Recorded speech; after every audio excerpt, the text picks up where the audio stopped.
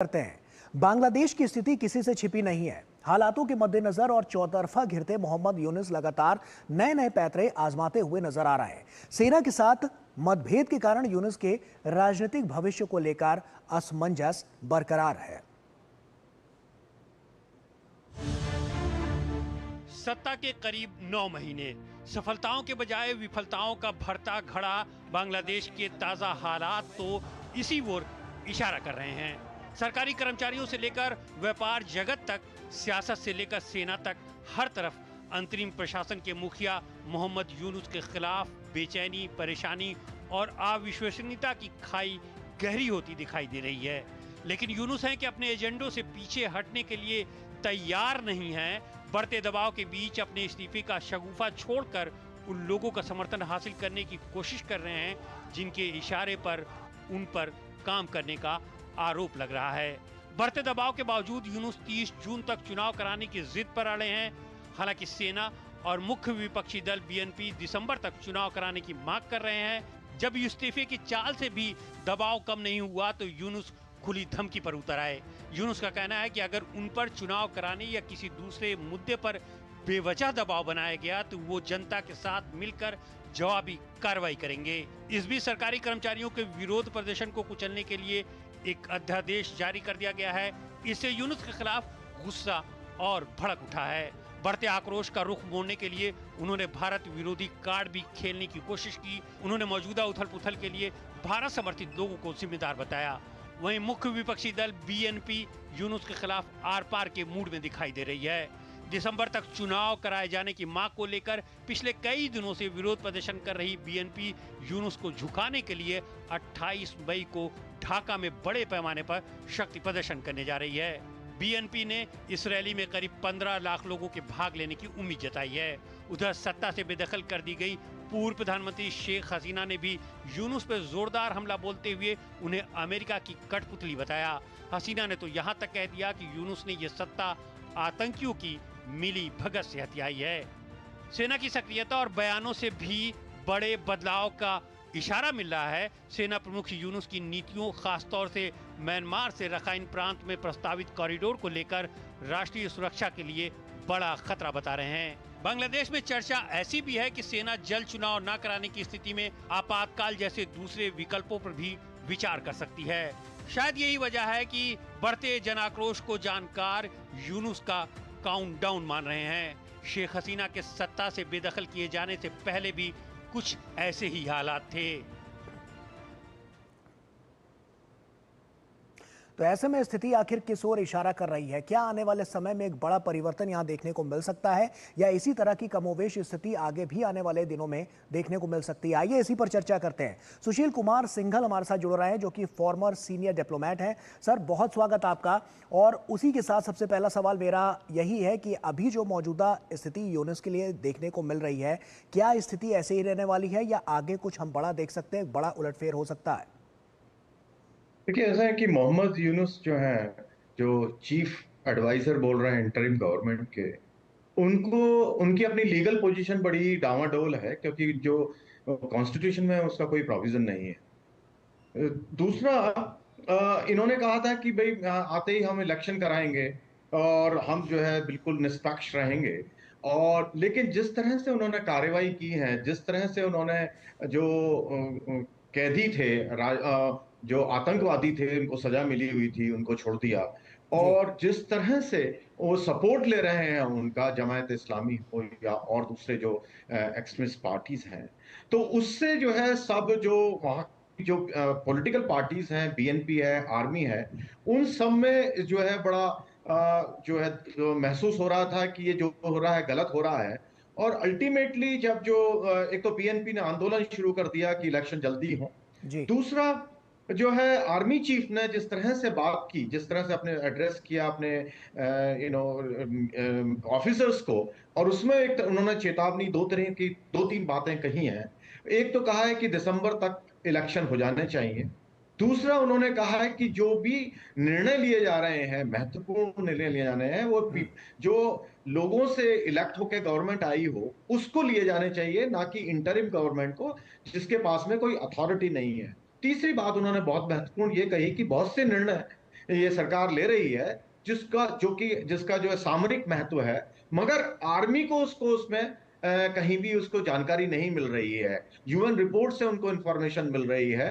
तो उसके बाद में मोहम्मद यूनुस ने, जैसा कि अभी रिपोर्ट में बताया आपने, कि 3 तरह की उन्होंने कार्रवाई करने की कोशिश करी। पहले तो उन्होंने सबको डराया कि जी मैं जो है रिजाइन कर दूंगा। जब वो नहीं चली तो उन्होंने अपनी कमेटी की मीटिंग बुलाई, जो इनकी जो नेशनल सिक्योरिटी काउंसिल है जो बना रखी है इन्होंने, उसकी कमेटी की मीटिंग बुलाई और वहां पे इन्होंने जो है प्रस्ताव पास कराया। और फिर उसके बाद में उन्होंने धमकी देनी शुरू कर दी कि मैं जनता के पास जाऊंगा और जन आंदोलन शुरू करूंगा।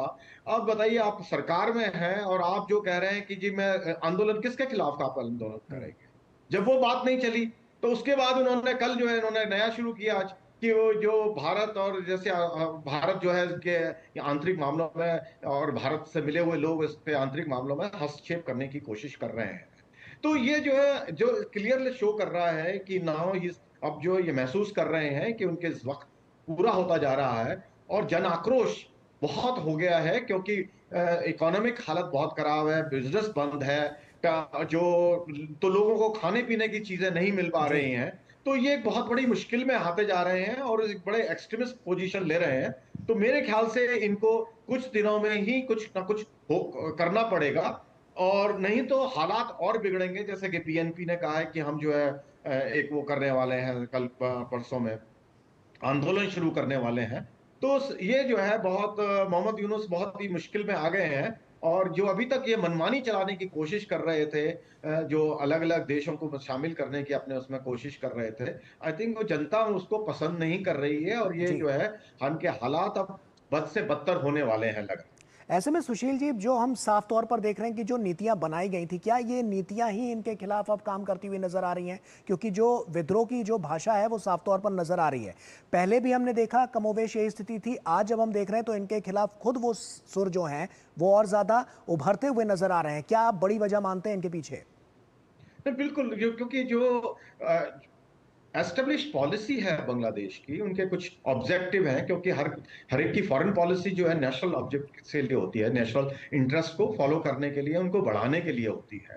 तो जो पिछले 40-50 साल से जो चल रही थी पॉलिसी, उनको सडनली इन्होंने 6 महीने के अंदर बदलने की कोशिश करी है। तो क्लियरली जो है नेशनल इंटरेस्ट उससे अफेक्ट हो रहे हैं। और बांग्लादेश में लोग बड़े जागरूक हैं, पॉलिटिकली बड़े जानकारी रखते हैं और जी। समझते हैं, समझदार लोग हैं वहां पे। उनको महसूस होने लगा है कि जो सरकार, अंतरिम सरकार है सो कॉल्ड, वो जो है गलत रास्ते पे जा रही है और उसमें बांग्लादेश को नुकसान होगा लॉन्ग रन। तो इसलिए अब जन आक्रोश उस पर भी अब बढ़ता जा रहा है। दूसरे, जो इन्होंने कहा था कि हम इकोनॉमिक हालत बड़ा सुधार देंगे, हम ये करेंगे और हम सबको लेके चलेंगे, कहा जो इन्होंने जो है तो पॉलिटिकल पार्टीज पे सबको बैन लगाना शुरू कर दिया है। जी। तो इसका मतलब, और इन्होंने अपनी पॉलिटिकल पार्टी भी बना ली है, तो उसको भी बढ़ावा देने की कोशिश कर रहे हैं। तो इनकी जो पॉलिसीज है, जो बिल्कुल उनका बहुत बड़ा योगदान है, जो जन आक्रोश आपको दिखाई दे रहा है। इसके अलावा अगर हम बात करें राजनीतिक पहलुओं को समझने की भी, तो वहां पर आपको क्या लगता है कि राजनीतिक समीकरण क्या कुछ अब की बार नजर आएंगे? क्योंकि जिस तरह से अभी तक हम देख रहे हैं, जो वहां पर कहना है, जिस तरह से अभी तक जो बातें निकलकर सामने आई हैं कि राजनीतिक समीकरण में भी बहुत उथल पुथल यहां पर देखने को मिल सकती है। तो ऐसे में साफ तौर पर जनता के लिए अब की बार क्या है कि वो किस पर भरोसा कर सकती है और किस पर नहीं? इस बारे में क्या कोई बड़ी बानगी निकलती हुई नजर आ रही है आपको? देखिए, अभी जो है ना, इस वक्त क्या है कि बड़ा टर्मोइल है वहां। तो क्या आगे सूरत बनेगी वो अभी कहना बड़ा मुश्किल है। लेकिन बीएनपी जो है बिल्कुल इसके अगेंस्ट होती जा रही है।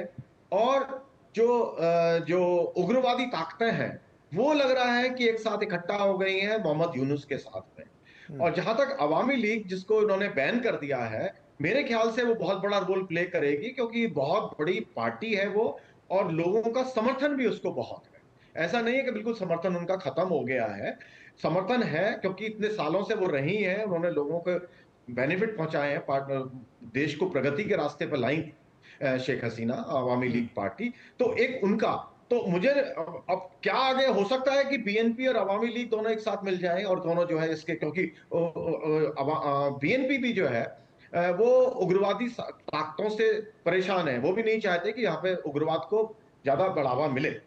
तो मेरे को हो सकता है कि अवामी लीग और पीएनपी एक साथ आ जाए ताकि वो मोहम्मद यूनुस लेड फोर्सेस को सामना कर सकें। ये भी एक सूरत हाल बन सकती है नियर फ्यूचर में। और आर्मी ऑफ कोर्स अभी तो बिल्कुल साइलेंट है, उन्होंने कहा कि निष्पक्ष है हम। अब पता नहीं उस वहां का उनका रुख क्या होगा। ऐसे में जो नॉर्मली तो आक्रोश अभी अपॉलिटिकल हो नजर आ गई है रहा है आर्मी वहां यूनुस पे। के खिलाफ, क्या वो एक बड़ी बढ़त देता हुआ नजर आएगा अलग जो पार्टियां हैं उनको? बिल्कुल जो है आप जो है जो क्योंकि मोहम्मद यूनुस के खिलाफ वातावरण बनता जा रहा है बड़ा, जो और जिस तरह की वो पॉलिसी बार बार बराबर फॉलो कर रहे हैं, वो जो है देश को नुकसान पहुंचा रही है आर्थिक। क्योंकि लोगों को वहां पे रोजी रोटी की समस्या खड़ी हो गई है। जो बिल्कुल। बिजनेसमैन है उनका बिजनेस ठप हो गया है, उनके एक्सपोर्ट बंद हो गए हैं। और जिस तरह से वो भारत विरोधी कार्रवाई करके सोच रहे हैं कि मैं अपने आप को बचा लूंगा, उससे जनता परेशान है उनकी।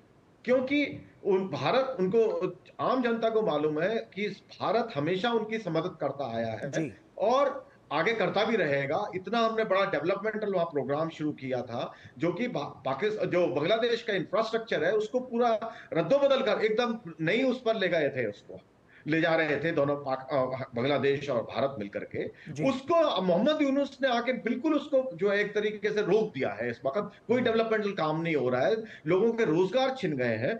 तो ये एक परेशानी उनके लिए बहुत बड़ी है, मोहम्मद यूनुस के लिए।